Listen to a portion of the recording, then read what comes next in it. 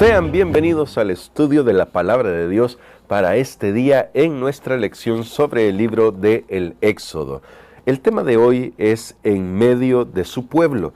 Recordemos que estamos ya en la lección número 10 y estamos aprendiendo sobre el pacto y el modelo. Y hoy vamos a introducirnos ya con el tema del santuario. Un tema tan importante porque iba a representar el centro de comando de Dios en el universo. Eso es lo que iba a representar, pero ahora en medio de su pueblo, en medio del pueblo de Israel, ahí en el desierto. Vamos a leer la sección que tiene que ver con esto y de ahí vamos a derivar algunas lecciones que son importantes para nuestra reflexión de este día. Por eso vamos a pedir la dirección de nuestro Dios mediante una oración. Bondadoso Padre, cuando leemos en tu palabra la condescendencia que tú tienes, que irrumpes en nuestro tiempo y espacio para estar cerca de nosotros, no podemos menos que maravillarnos. La verdad es que es grande tu amor, mucho más grande de lo que nosotros imaginamos. Y pedimos que por favor nos ayudes a comprenderlo, a comprender que tu amor supera nuestros límites, a eso me refiero, pero también a comprender que lo que necesitamos es ir a ti para experimentarlo. Gracias por tus bondades, oramos en el nombre de Jesús. Amén. Para este día, la sección de la palabra del Señor que nos habla sobre el santuario va desde el capítulo 25 en adelante, al menos la primera parte. Porque la primera parte me refiero a las primeras instrucciones, como por ejemplo el candelabro de oro, la mesa de la proposición, el arca del testimonio, etcétera, ¿no? Pero antes de comenzar a describir algunos de los muebles que estarían ahí, los principales muebles podría decir, Dios dice algo. Desde el capítulo 25, versículo 1 hasta el verso 9, dice así: Jehová habló a Moisés diciendo, di a los hijos de Israel que tomen para mí ofrenda. De todo varón que la diere de su voluntad, de corazón, tomaréis mi ofrenda. Esta es la ofrenda que tomaréis de ellos: oro, plata, cobre, azul, púrpura, carmesí, lino fino, pelo de cabras, pieles de carneros teñidas de rojo, pieles de tejones, madera de acacia, aceite para el alumbrado, especias para el aceite de la unción y para el incienso aromático, piedras de ónice y piedras de engaste para el efod y para el pectoral, y harán un santuario para mí y habitaré en medio de ellos, conforme a todo lo que yo te muestre, el diseño del tabernáculo y el diseño de todos sus utensilios, así lo haréis. Estas palabras de Dios reflejan la intención de Dios con las instrucciones que va a dar. Y esto es importante tenerlo en cuenta porque aunque cada mueble tiene un significado especial y transmite algo especial, el propósito de todo el santuario, y eso es en lo que quiero concentrarme, es la presencia de Dios en medio de su pueblo, que es lo que dice el versículo 8. Ahí, y harán un santuario para mí y habitaré en medio de ellos. Pero noten que esto es una manera tangible de mostrarle a Israel la presencia constante de Dios y por lo tanto recordarle a Israel, recuerden lo que hemos dicho los días anteriores, que solo con su presencia en medio de ellos es que podría llevarse a cabo el cumplimiento del pacto. Y esto era literal. De hecho, cuando vamos a Números, ahí en Números cuando se nos describe la descripción, o se nos describe, quiero decir, la posición de todo el campamento de Israel, están dispuestos alrededor del santuario. El santuario estaba literalmente en el centro, el tabernáculo. ¿Por qué? Porque esto era una manera de decirle al pueblo constantemente, de manera objetiva, Dios tiene que estar al centro. Si Dios no está al centro, por demás será intentar cumplir con las disposiciones del pacto. Siempre vamos a fracasar. Pero si Dios está al centro, ahí está asegurada nuestra relación de pacto y el cumplimiento de las disposiciones del pacto. Así que esa es la primera lección que tenemos aquí. no es que Dios no estuviera con ellos. Andaba en la columna de la nube, en la columna de fuego, ahí estaba la presencia de Dios. Pero el tabernáculo les diría, yo quiero irrumpir en el tiempo, en el espacio, para estar junto a ustedes. No los voy a abandonar, no los voy a dejar solos. Aunque lamentablemente el pueblo de Israel pecó muchas veces, se alejó de Dios y finalmente el santuario fue destruido, eso no invalidaba el plan de Dios de estar con su pueblo, porque incluso a través de Ezequiel le dice a su pueblo, yo seré un santuario para ustedes, porque el punto central es Dios, no el objeto, sino Dios que quería estar con su pueblo. Ahora, esta función crucial de la presencia de Dios con su pueblo es la parte más importante del tabernáculo porque nos muestra que es Dios el que está obrando para terminar con el problema del pecado.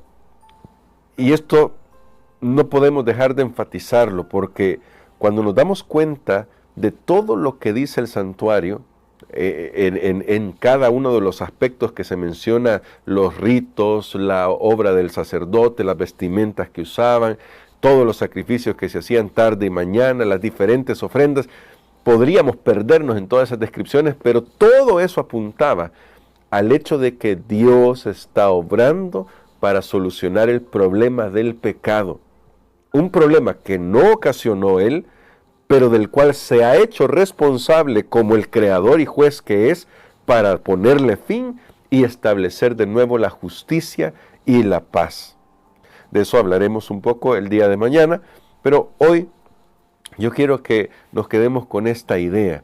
Dios quiere estar siempre cerca nuestro y lo demostró con la venida de nuestro Señor Jesucristo, porque el tabernáculo, que se erigió aquí en el desierto y que dice el texto, era para que Dios habitara en medio de su pueblo.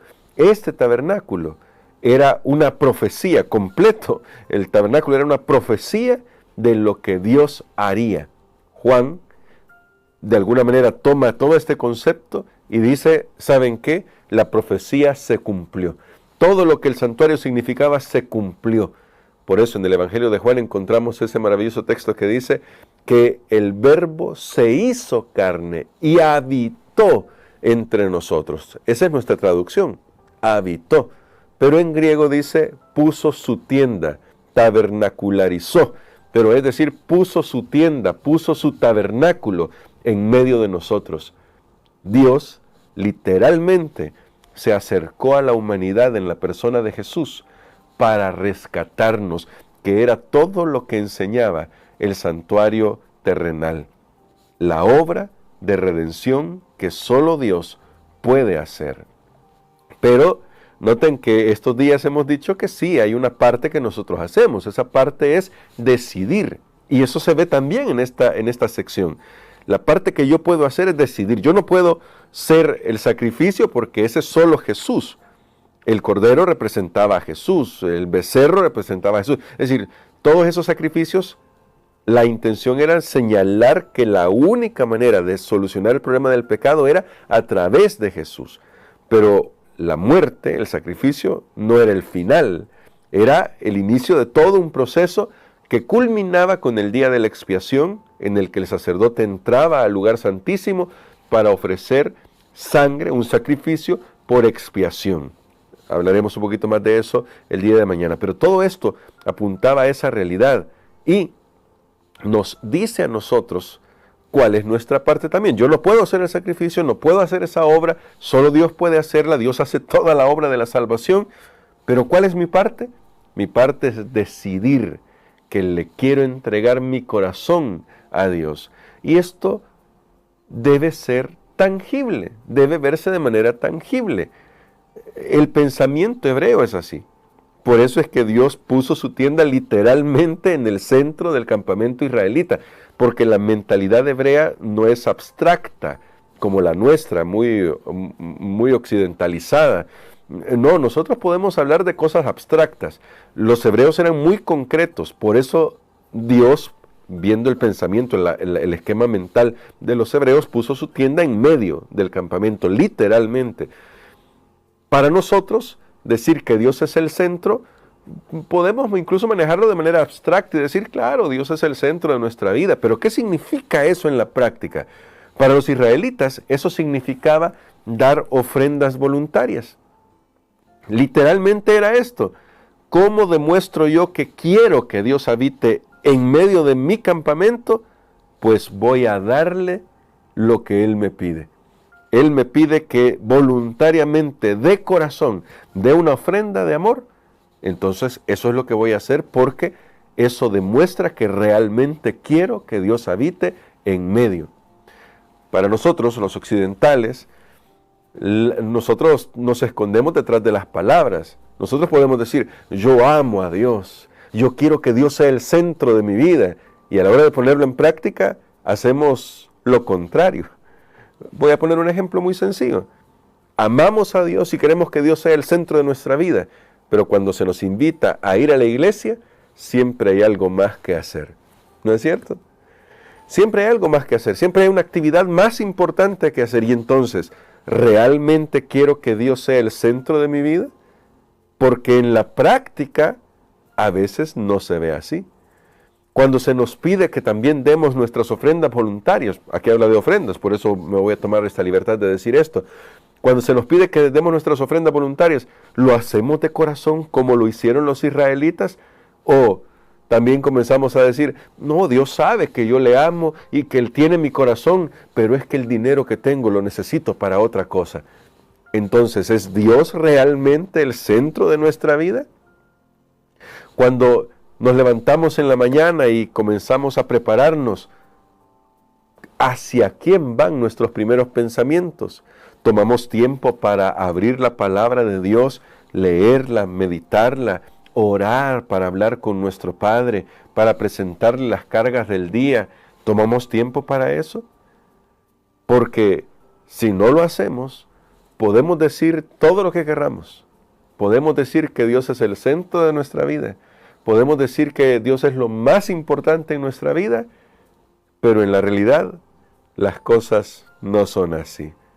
Hasta tenemos dichos que nos hablan de esto, ¿verdad? Amores son acciones y no buenas razones. Por ahí, ¿no? Creo que algo así va el dicho, si no me he equivocado. Sí, porque amor es acción. Amar es acción, es un verbo que nos invita a actuar. Los israelitas en esta ocasión hicieron esta provisión de corazón. Esto es uno de los momentos quizás más sublimes en el pueblo de Israel, cuando entregaron cada uno esa ofrenda de amor, que por cierto había sido provista por el mismo Dios. ¿Recuerdan cuando salió Israel de Egipto, cierto? Cuando salió Israel de Egipto, Dios les dio gracia a los israelitas para que fueran a los egipcios y les pidieran estos, vamos a decirlo, esta indemnización. Y los egipcios dijeron, aquí está todo. Dios había provisto, porque este es un principio que nunca debemos olvidar. Dios nunca nos va a pedir algo que no haya provisto primero. Nosotros los seres humanos somos demasiado egoístas, que creemos que cuando Dios nos pide algo, nos está quitando algo. En realidad, Dios ya nos dio antes, nos dio primero y nos dio en abundancia. Y de eso es todo lo que pide, conforme a lo que nos ha dado. Eso es todo lo que pide. Y eso que en realidad Dios tiene derecho a pedirlo todo, porque es el creador, porque es el dueño, porque es a quien le pertenece todo. Y sin embargo, Él primero da, y da en abundancia por su misericordia. Y cuando pide, pide que hagamos las cosas de corazón, con voluntad, que no lo hagamos a la fuerza, que simplemente nosotros estemos dispuestos a rendir nuestro corazón, que es lo que sí podemos hacer, rendir nuestro corazón. ¿Notan? Eso es lo que sí puedo hacer yo, rendir mi corazón, y eso se va a ver de manera tangible en las decisiones que tomo, en las acciones que realizo. Ahí se va a ver si realmente quiero que mi corazón le pertenezca por completo a Dios. Todo lo demás, la obra de la salvación, los dones de la salvación como la fe, la obediencia, la justicia, son regalos divinos que ahora yo tengo que utilizar para mi crecimiento espiritual porque Dios me los ha dado en abundancia. Cuando Jesús murió en la cruz, y termino con esta parte respecto al tema que estamos tratando, cuando Jesús murió en la cruz, los servicios del santuario terrenal ya no eran necesarios porque las sombras, como los llama Hebreos, se encontraron con la realidad. Y ahora la realidad toma su lugar en Cristo Jesús, y por eso Hebreo nos muestra que de las sombras pasamos al verdadero santuario donde Jesús está aplicando los méritos de su intercesión en favor de todo aquel que cree. Porque en el santuario celestial se está llevando a cabo lo que se hacía en el santuario terrenal, la obra de la salvación de la humanidad que culminará con el fin del pecado, cuando Dios ponga punto y final al mal. Así que ahora lo que tenemos que hacer es mirar hacia Cristo, mirar hacia el cielo y en Jesús cifrar todas nuestras esperanzas, porque era lo que hacía el santuario terrenal, señalar a Jesús.